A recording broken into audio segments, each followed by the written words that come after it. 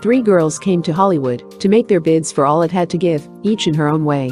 There was Jeannie Holmes, who became the top young singing star of pictures, but would have traded her fame any day for the vibrant love of Peter Blake, popular young star, whose marriage plans Jeannie's mother, Rosie, cleverly smashed. There was Gloria Thornton, the loveliest thing in Hollywood to look at, and the hardest. Other women's men, not acting, were her specialty, and deftly she snagged Peter into marriage during his hurt over his broken romance with Jeannie. Even now she was setting her cap for Paul Daniels, Jeannie's ambitious director, who was cashing in on Peter by getting himself engaged to Jeannie on the rebound. Then there was Marion Morgan, who would have sold her soul to the devil for her career in order to become a truly great actress. It was Jeannie's party announcing her engagement to Paul that Marion crashed in desperation to put herself before D.P. Lawrence, head of Jeannie's studio. The ruse worked. Marion was in, with Jeannie's help. And Jeannie was heartbroken after a breathless moment in the garden with Peter when he told her he had tried to get into the Marines. It didn't even matter to Jeannie when Rosie caught Gloria kissing Paul. Frantic with the whole setup of her life, Jeannie had a nervous crack up at the studio and was spirited away to a private rest home by her pal in the publicity department, Dorothy Lester. The one person she begged to see was Peter. So Dorothy called, but it was Gloria who answered. "He's gone," she said casually. "Here's the note he left. The army took me. I'm glad. Peter."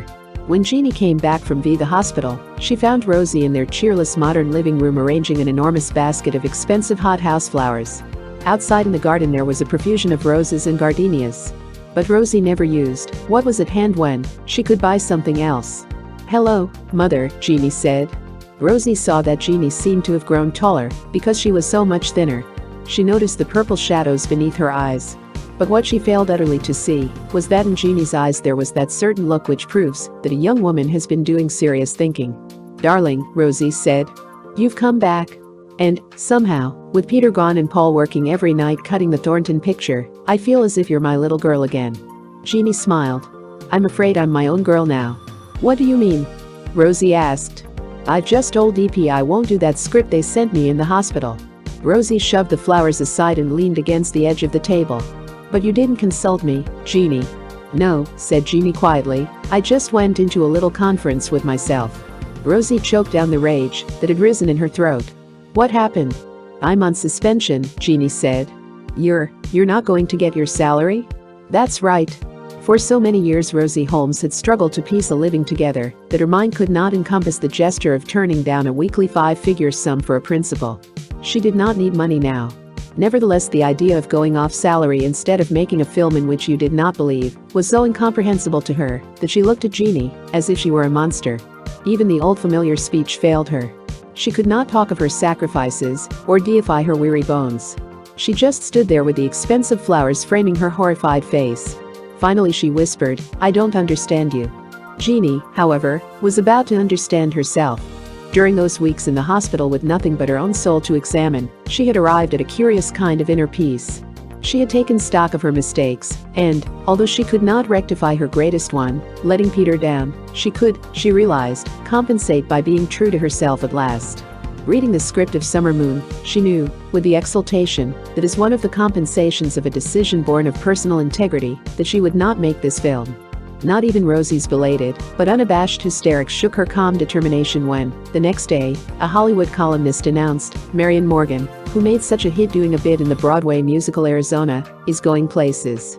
The original screen story Summer Moon, first slated for Jeannie Holmes, is to be Marion's first starring vehicle. Jeannie was a naughty girl and turned this fine story down. However, Jeannie had thought about more than her screen life while in the hospital. She had come to a vital decision concerning Paul Daniels. It had been wrong of her to become engaged to him. She saw the gesture for what it was, a protest against the injustice of the Peter Blake episode, but this knowledge did not free her from a promise.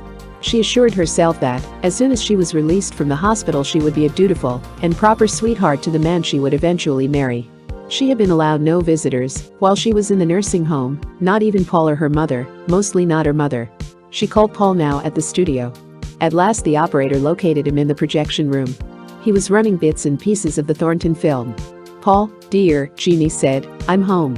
"That's wonderful," Paul said, and behind his words she could hear the soundtrack muttering, could hear Gloria's voice from the screen, mouthing, "It will never be the same again." And then she heard Paul saying, "No, not that one. That other take." He was speaking, she knew, to the cutter sitting beside him.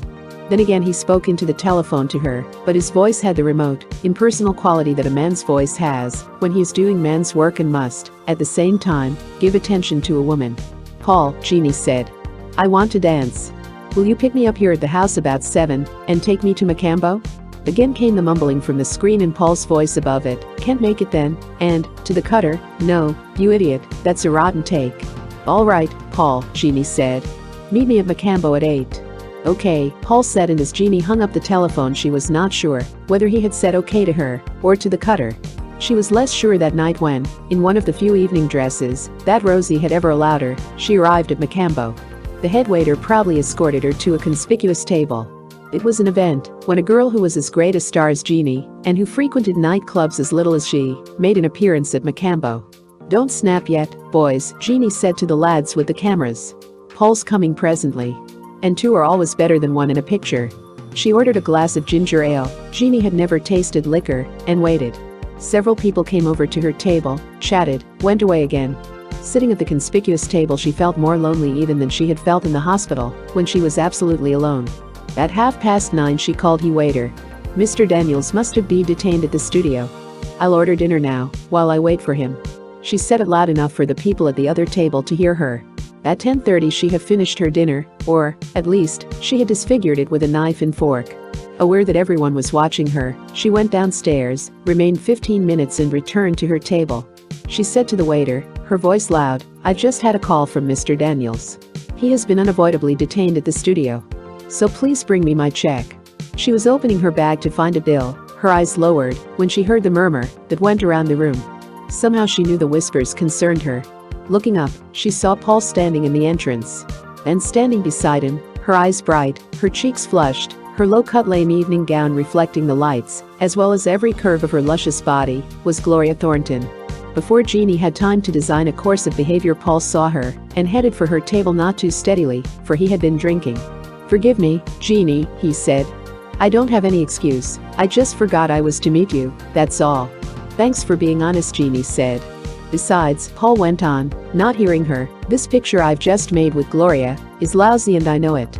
Gloria, having greeted everyone she knew even slightly, followed Paul to the table. "It is nice that you could get away, Gloria," Jeannie said in loud clear tones. "I had hoped you could come, but wasn't sure." A waiter lifted a chair above his head and set it down for Gloria. "Go on, bawl me out," Gloria said. "You took Peter away from me," more quietly, Jeannie answered. "I'm not taking Paul away from you," Gloria's voice rose shrilly. "He's just my director. Why should I want him when I'm married to a grand soldier?" The blood drained from Jeannie's face. "I think I'll go." "And admit I've won?" Gloria asked. Jeannie, who had started to rise from the table, sank back again. She knew she could not leave. Not with everyone watching.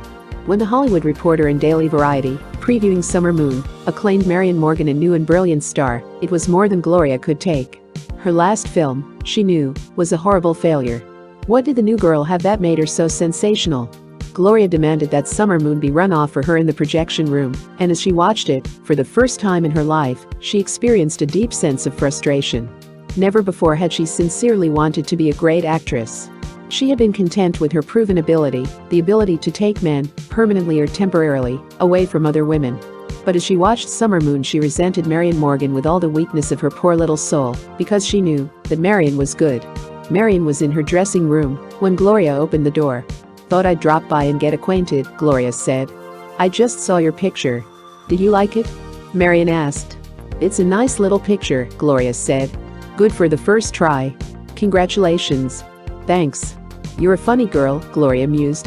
"I never see your name linked romantically with anyone. Don't you have a sweetheart?" "Yes," said Marion quietly, "I have a sweetheart." Gloria brightened. The huntress, the woman who finds a man attractive only if he belongs to another woman, was titillated. "Who is he?" Gloria asked. "It isn't a he. It's an it." "Now that," Gloria said, "I don't get. I'm madly in love with my job." Furious, Gloria stood up. "Very funny," she said slowly. "Very, very funny." As she went down the hall, her 4-inch heels clicking on the cement floors, she could hear Marion's maddening laughter. She flung open the door of Paul's office. "Paul," she said, "I've got to make a good picture, not this tripe I've been turning out. Paul, I want to be an actress." Immediately Gloria was plotting a way of taking Marian's lover away from her. The following week they started the new picture which Paul assured Gloria would make her a great actress. After one day's work in it, Gloria, filled with curiosity, went over to the sound stage, where Marian was filming her second picture. Marian had just stepped before the camera to do her biggest emotional scene when she saw Gloria's scornful eyes upon her. Trembling, she went up in her lines. "What is it, dear?" her director asked. "You never blow." Marian pointed at Gloria. "She's here to spy on me." Her voice sounded like the tinny, metallic sound a tuning fork makes. "Get her off the set. Make her leave, right now." Gloria shrugged her lovely broad shoulders. "Happy to go," she said. "Wouldn't like to be anywhere I'm not wanted." Seething, Marian walked over to her. "You're here for no good. Now get out of here," she screamed. The next day the columns were full of the Gloria Thornton-Marian Morgan feud. Paul saw them, and they reminded him stabbingly of the girl who wasn't mentioned. So when he left the set, that day he went directly to Jeannie's dressing room. Her suspension was over. She was working on a new picture. "Jeannie," he said softly, "may I come in?" Jeannie thought, now is the time to talk to him, to get our relationship settled. But before she had time to speak, Paul said, "Jeannie, I'm such a jerk. How can you ever forgive me?" His face was old, and tired and desperate. "You know I fell for Gloria. I don't know what it was, just something that a man thinks is important temporarily. And now that she knows I've come to my senses, she's making my life unbearable. She's ruining my picture. She thinks she's a great actress. Instead she's ridiculous. I know I haven't any right to say this, Jeannie, but I'm mixed up and confused. I need you. You're just a kid, but you're wise, and kind and womanly too. Will you help me please?" Jeannie pushed the fair hair away from his troubled forehead and kissed his cheek. It was not love she felt, only compassion for his weakness and misery. She too had been weak and miserable. She couldn't settle anything, she knew, while his need of her tied him to her. For months the Hollywood Victory Committee had been involved in a laborious and secret job. Determined that the boys overseas should have the kind of entertainment they wanted, the committee, with the aid of public relations officers, had balloted thousands of men in service to determine the 3 Hollywood personalities the GIs would most welcome. The task of sorting and sifting the ballots completed, the committee member in charge of the project read the report. "This will never do," he said to his assistant. "These 3 girls all work for the same studio. We've got to spread this honor, around." His assistant stiffened. "What about the boys? Those are the stars they really want." "You're right," the committee member agreed. "It's a funny choice though, isn't it? I understand Gloria Thornton. And Jeannie Holmes, of course, is the homey girl who reminds them of their sisters. But Marian Morgan, why, she's only had one picture released. But, don't forget, it was the most talked of musical of the year." "Okay," said the committeeman. "Get Lance Bradshaw on the telephone. Find out when these 3 can be ready to go. I hope they like each other. They'll be together for a long, long time." Obviously he had not read the gossip columns. You never would have taken them for Hollywood glamour girls if you had seen the 3 of them in their tin helmets and long raincoats reporting to a shack known as headquarters in a deluge of Italian rain. 6 months ago Gloria would have thought death preferable to being seen like this by the handsome public relations officer. But that was 6 months ago. That was before Africa. Once Gloria had played in a film late in Africa. In a long white chiffon dress she had walked across a fake desert into a fake sunset as the wind machines blew back her draperies. On that day she had complained of the wind machines and the dust they whipped into her eyes. She had learned that the real Africa is incessant sand and burning sun and freezing nights and long miserable rides in jouncing jeeps. Sometimes she had been so weary that she had not known whether she could make them hear her opening line, "Well, boys, home was never like this." She opened the show, paved the way for Marian and Jeannie, both of whom could sing and dance. She allowed the boys to get their whistling and cheering over before real talent came on. But Africa, grim as it was, had been safe. When Marian, who always seemed able to ferret out the news of their next move, told them one night, "We're going to Italy," Gloria's blood chilled in her veins. "They're really fighting in Italy, aren't they?" "Sure," Marian answered, "and we're going farther up front than any entertainers ever have been before." "But won't that be dangerous?" "You stupid idiot." It was here that Jeannie stepped in. Jeannie always stepped in when Marian and Gloria quarreled. She had absorbed so much of those miserable African camps that she felt that never again would anything connected with her small life seem important. Her mother, Paul, her career, all were dim and shadowy. Only one thing remained clear, Peter Blake. And he was lost to her forever. As they presented themselves at Italian headquarters she said, "Pipe down, kids. Don't fight anymore." Then they were greeted by the special service officer. "It is certainly good to see you," he said, his teeth showing white in his dirty face. "I suppose everyone tells you how swell it is of you to come, but it is particularly wonderful for these boys, because they've had no entertainment of any sort for months." Gloria heard the sound of distant artillery and shuddered. "I apologize for the weather," the officer continued, "but mainly I must apologize for your accommodations. We had hoped you could give the show in a high-class opera house where Caruso once sang. But after last night, it doesn't exist anymore." "What happened?" Gloria asked, and, knowing the answer, feared it all the more. "Direct hit. Air raid?" Marion's eyes were bright and eager. The officer nodded. Will there be any more?" from Gloria. "Probably." "Afraid?" Jeannie spoke for the first time. "No," she said. "No, she's not afraid." The officer went on. "The boys have renovated the movie theater. It isn't as large as the opera house, and it smells faintly of garlic, but we can guarantee you an enthusiastic audience." "Air raid? Air raid?" Gloria's mind said. "What will I do if there's an air raid? Oh, by the way," the officer was saying, "we're assigning a sergeant to look after you. He's from Hollywood and says he knows you ladies." That was almost inevitable. Boys always were coming up to them with, "My sister went to school with you in your hometown." And even when the hometown named was a spot they had never even visited, they smiled sweetly and said, "Give her my best when you write." And it seemed as if every boy from California had played extra in one of their pictures. When the sergeant walked in, Jeannie did not recognize him. She had thought of him so much, looked at his pictures so often, run his films so many times, that when he stood before her, husky and straight in his muddy uniform, he had no reality. It could be that she was afraid to believe what she saw, of course. "Peter!" Gloria cried. "You know him, then?" The officer laughed. "Know him? He's my husband." "Yes," Jeannie told herself, "he's Gloria's husband." "Stand by, Jeannie, and watch him kiss her. Fill your eyes with the sight of him. But hold on to yourself. Be casual. Be easy." He has kissed her now. He shook hands with Marion next. And last he stopped to kiss Jeannie on the cheek. It was the light kiss of an actor greeting a fellow worker. "Fancy meeting you here," Peter laughed. "Come now, get with the Hollywood dirt." The four of them grouped themselves around a little table. It had been so long since they had seen anyone even remotely connected with anything they knew, and all they knew was Hollywood, that they all talked at once, telling Peter who was making what pictures, whose heart belonged to whom, what changes Hollywood had undergone. Finally Jeannie said, "But you, Peter, what about you?" "Nothing to tell about me," Peter said. It was then Jeannie saw how old he looked. The boy who had loved her was a man now. And bottled up inside of him were emotions she wanted to share. "Oh, Peter," she cried out, "what have they done to you?" He started forward and looked long at her. She felt he was trying to communicate with her in some intricate lover's code. Then she decided that had been only wishful thinking. For he didn't answer. And Gloria went on telling him how sensational she was in her last picture. "Hey," Marion said. It stopped raining. Marion standing at the door of the shack was the last image Jeannie remembered until the German planes were overhead. She remembered emotions, however. She remembered fear so sickening that she could taste it like bile in her mouth. She remembered a great deal of running around, Peter herding them to another place, and a withering, devastating noise all around, as if the world had become nothing but deafening sound. That was the first time they came over. By the time the second wave, or maybe it was the third, arrived, her brain and her eyes were functioning again, and she was aware of the others. First, she was aware of Marion's avid eyes upon her, of Marion watching the whole shocking spectacle, as if it were a film devised for her entertainment. No, not quite like that. Marion was watching as if she were a medical student observing an experienced physician perform a delicate brain operation, eager to learn, greedy for the surgeon's skill. Yet it was more than eagerness. Marion's eyes were so gluttonous, really. Jeannie knew she must change the look in Marion's eyes before anyone else saw how naked they were.